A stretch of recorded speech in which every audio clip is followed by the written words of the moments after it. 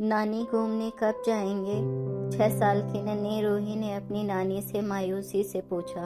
तो अनुभा बोली, क्या बताऊं, अभी तक तेरी मौसी नहीं आई। लगता है किसी काम में फंस गई। तेरी मौसी के कारण सारा प्रोग्राम चौपट हो गया। गुस्से में झुंझलाती सिमरन ने अपनी बेटी रूही से कहा। तो अनुभा के चेहरे पर गुस्सा भाव उभरा। सिमरन छोटी बहन प्रिया पर भड़ास निकालते हुए बोलती रही। प्रिया की शादी क्या हो गई, अपने ससुराल वालों को इम्प्रेस करने के चक्कर में हमें नजरअंदाज कर देती है। उस दिन भी बेचारी रूही कितनी देर तक अपने जन्मदिन पर उसका इंतजार करती रही। पर मैडम चाची बन गई है ना, सो अपने जेठानी के बेटे के बर्थडे में व्यस्त हो गई और हम यहाँ बेवकूफ़ की तरह उनकी राह देख रहे हैं। हाँ नानी, मौसी मेरे बर्थडे पर नहीं आई थी। नन्ही रूही अपनी मम्मी की हाँ में हाँ मिलाती दिखी। तो अनुभा हैरानी से बोली, हे भगवान, क्या हो गया है तुम लोगों को? नई नई ससुराल के साथ तालमेल बैठाना भी तो जरूरी है। क्यों बेवजह उस बेचारी के पीछे पड़ गई हो? ज्यादा बेचारी बेचारी कहकर उसकी तरफदारी मत करो। सिमरन के तल्ख अंदाज पर अनुभा सन्न रह गई। 2 दिन पहले ही अनुभा कुछ दिनों के लिए अपने बड़ी बेटी सिमरन के पास आई है। सिमरन अपने पति और 6 साल की बेटी रूही के साथ जयपुर में रहती है। 6 महीने पहले ब्याही छोटी बेटी प्रिया के ससुराल भी जयपुर में ही है। प्रिया के ससुराल में उनके साथ सास ससुर जेठ जेठानी और उनका बेटा भी रहता है। प्रिया और सिमरन के एक ही शहर में होने से अनुभा बहुत खुश थी, पर आज की परिस्थिति देखकर उसे लग रहा था कि ये दोनों बहनें दूर ही रहती तो सही था। प्रिया आज अपना दिन माँ और बहन के साथ बिताने वाली थी। जयपुर दर्शन के साथ सबका डिज्नी फेयर देखने का कार्यक्रम था। रूही दोपहर 12 बजे से अपने मौसा के आने पर डिज्नी फेयर जाने की राह देख रही थी, पर शाम के 5 बज गए। प्रिया का कहीं कोई अता पता नहीं था। उसके समय से घर ना पहुंचने की वजह से सारा प्रोग्राम खराब हो गया।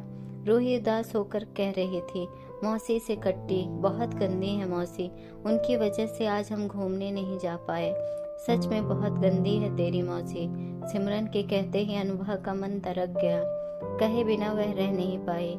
सिमरन, ये क्या तरीका है? प्रिया तेरी छोटी बहन है और रूही की मौसी। इस रिश्ते का लिहाज करते हुए रूही को समझाओ कि मौसी किसी जरूरी काम में फंस गई होगी। आज नहीं गई तो क्या कल चले जाएंगे? हे भगवान, मम्मी आप भी ना। अरे हम बहनों के बीच का मामला है, आप क्यों परेशान हो? सोचो उसकी वजह से गड़बड़ा गया सारा कार्यक्रम। गुस्सा नहीं आएगा क्या? आप भी पता नहीं क्या क्या सोच लेती हो। मैंने तो रूही से यूं ही कह दिया। आप तो ऐसे कह रही हो जैसे रूही आज से ही अपनी मौसी की दुश्मन हो जाएगी। दुश्मन नहीं होगी ये जानती हूँ, पर तुम नहीं जानती कि ऐसी बातों का प्रभाव बच्चों पर अच्छा नहीं पड़ता है। बहन ही क्यों, हर रिश्ते के लिए हमें सजग रहना चाहिए। हमें बच्चों के साथ आपसी रिश्तों में मधुरता बांटनी चाहिए, ना कि तलखी और कड़वाहट। जानती हूँ तू प्रिया से बहुत प्यार करती है, ये भी समझती हूँ कि उसी प्यार के चलते तुम लोग एक दूसरे को अधिकारपूर्ण उलाहना दे देते हो। हमारे मन में एक दूसरे के प्रति द्वेष नहीं है, ये हम समझते हैं, पर ये अबोध बच्चे नहीं। आपसी रिश्तों में यदि किसी बात पर गुस्सा आ भी गया तो इन बच्चों के सामने उसे प्रकट मत करो। तुम्हारा गुस्सा कल प्रेम में बदल जाएगा, पर इनके मन में पनपा ईर्ष्या द्वेष क्रोध का अंकुर इनके मन में अपनी जड़ें पसार लेगा।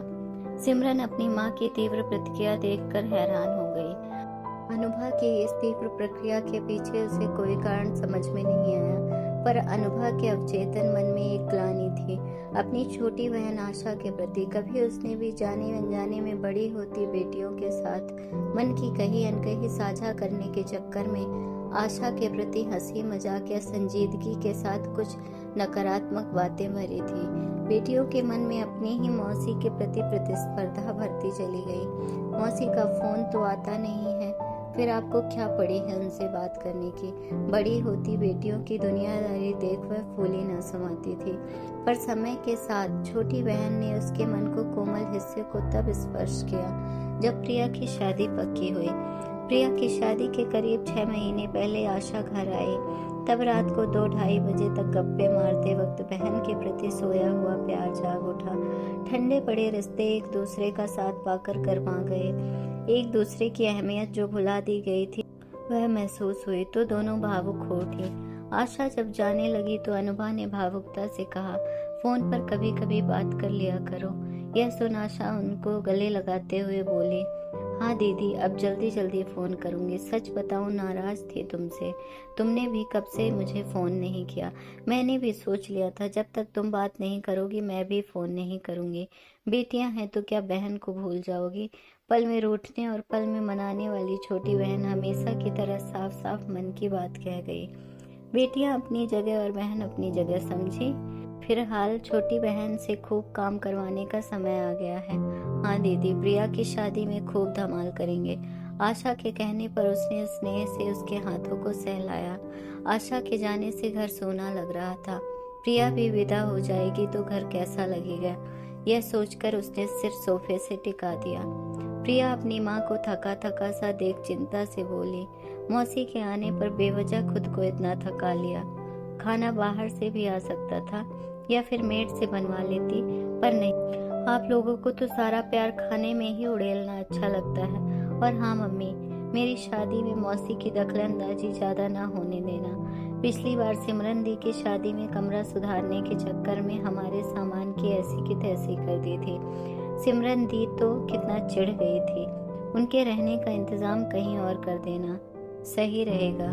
घर में रहेंगी तो हमारी प्राइवेसी नहीं रहेगी। मौसी कोई बाहर की है क्या, यह चाहकर भी कह ना पाए। उसी समय सिमरन का फोन आया था। अनुभा के हेलो कहते ही मौसी गई क्या, सिमरन ने प्रश्न दे मारा। अभी अभी बस निकली ही हैं। अनुभा के कहने पर सिमरन चहक कर बोली, बढ़िया है, अब मैं अपना प्रोग्राम बना सकती हूँ। मैं और रूही घर आ रहे हैं। यह सुनकर अनुभा बोली, आना ही था तो अभी आती, मौसी से भी मिल लेती, तुझे पूछ रही थी। रहने दो मम्मी, उनका ड्रामा याद नहीं, बेंगलोर आई थी तब मिलने तक नहीं आई। छोड़ना पुरानी बातें, बताया तो था उसने, सेमिनार था, समय नहीं मिला, मोबाइल नेटवर्क भी गड़बड़ था। ये सब तो कहने वाली बातें हैं। सिमरन अपने मन में पूरी खिन्नता अभी भी पाले थी। अपनी मौसी के साथ ढेर सारे खूबसूरत और स्नेहिल क्षणों को भूलकर वह उस किस्से को सीने से लगाए बैठी थी जब सिमरन बेंगलोर के कॉलेज में थी। आशा सेमिनार के लिए वहां आई थी पर उससे नहीं मिली। इस बात पर अनुभा ने त्वरित टिप्पणी की, देख तो आशा को बेंगलुरु आकर भी तुमसे नहीं मिली। उस समय सिमरन ने कहा भी था, मम्मी उनकी लोकेशन यहाँ से बहुत दूर थी। दूर पास क्या, आई थी तो मिल लेती। काश उस वक्त वह सिमरन के मन में नफरत के बीज बोने की जगह पहले ही कहकर रखती कि आशा से बात कर लेना, अगर उसे आने में दिक्कत हो तो तुम ही उससे मिलाना, पर वह नहीं कह पाई। और हालचाल बताओ, प्रिया की शादी की बात सुनकर क्या कहा मौसी ने? कोई मीन मेख ली? आदत है ना उनकी। कैसी बातें कर रहे हो तुम लोग, मौसी हैं तुम्हारी, कमी क्यों निकालने लगी? नहीं, विवेक गैर राजपूत है ना, ऐसा कुछ तो नहीं कहा। शादी की बात सुनकर बहुत खुश हुई। अच्छा सुन, थोड़ी देर में फोन करती हूँ, कुछ काम है। बेटियों का अपनी ही मौसी के प्रति संदेह और अवांछित व्यवहार देखकर अनुभा दुखी हो गई। बात करने का मन ही नहीं था, तो काम का बहाना कर सिमरन को टाल दिया। ओके बाय कहकर सिमरन ने फोन रखा तो अनुभा आंखें मूंदकर आत्ममंथन करने लगी। क्यों आशा के प्रति ऐसी धारणा बेटियों के मन में बनी?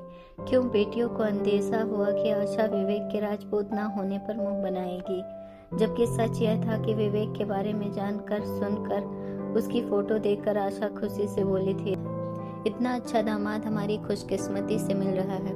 वैसे भी आजकल जाति वाती कौन पूछता है, बस लड़का और फैमिली अच्छी हो। अनुभा ने आशा की प्रतिक्रिया के विषय में बताया तो सिमरन ठंडेपन से बोली, खुशी जाहिर करने के अलावा उनके पास कोई चारा भी तो नहीं था। हम लोग उनकी निगेटिव प्रतिक्रिया कब सुनने लगे? सिमरन की इस टिप्पणी की भी पृष्ठभूमि वह समझती थी। 3 भाई बहनों में आशा घर में सबसे छोटी और सबसे मुंहफट है। आशा से 2 साल बड़े और उससे 4 साल छोटे भाई शिशिर ने लव मैरिज की थी। बेटे की शादी धूमधाम से करने के सपने सजोए। अम्मा बाबूजी बेटे के कोर्ट मैरिज से दुखी थे। अम्मा बाबूजी की मायूसी देख पहले तो आशा ने शिशिर को कोर्ट मैरिज करने पर फटकार लगाई, फिर स्वयं ही अथक प्रयास कर शिशिर और उसकी पत्नी को अम्मा बाबूजी का आशीर्वाद दिलाया। अनुभा ने कई बार कभी हंसकर तो कभी संजीदा होकर आशा के तुनक मिजाज बर्ताव को बढ़ा चढ़ाकर बड़ी होती बेटियों के समक्ष रखा। अपनी मौसी की दखलंदाजी और तुनक मिजाज व्यवहार का उनके मन में ऐसा खांचा खिंचा कि उनकी छवि तेज तर्रार और मां अनुभा की सीधी सादी छवि बनी। मम्मी, आपने एक बात नोटिस की? मौसी ने नानी की कांजीवरम साड़ी पहनी थी, प्योर में थी। अब ये साड़ी 30,000 से कम नहीं होगी। आप इसी साड़ी के बारे में बात कर रही थी ना? एक बार प्रिया ने अनुभा से पूछा तो वह संभल कर बोली थी, देख प्रिया, अच्छा है जो अम्मा से यह साड़ी आशा ने ली है, आज उसने पहनी तो अम्मा की याद आ गई। वह शौक से साड़ी पहन रही है तो खुशी है कि इसे इस्तेमाल हो रही है, वरना जैसे माँ ने बक्से में बंद रखी वैसे मैं भी बक्से में बंद रखती हूँ। ना मैं पहनती ना तुम लोग। काश कभी उसकी बेटियों के सामने यह ना कहा होता। ये आशा भी ना बड़ी चालू है, अम्मा की सबसे महंगी और सुंदर साड़ी उनसे निकलवा ले। दूर रहती है इसलिए अम्मा भी अपना सारा प्यार उस पर उड़ेल देती है। आप मांगती तो नानी ना देती वो साड़ी आपको। 15 साल की प्रिया ने उससे पूछा था, तब भी उसे संभल जाना चाहिए था।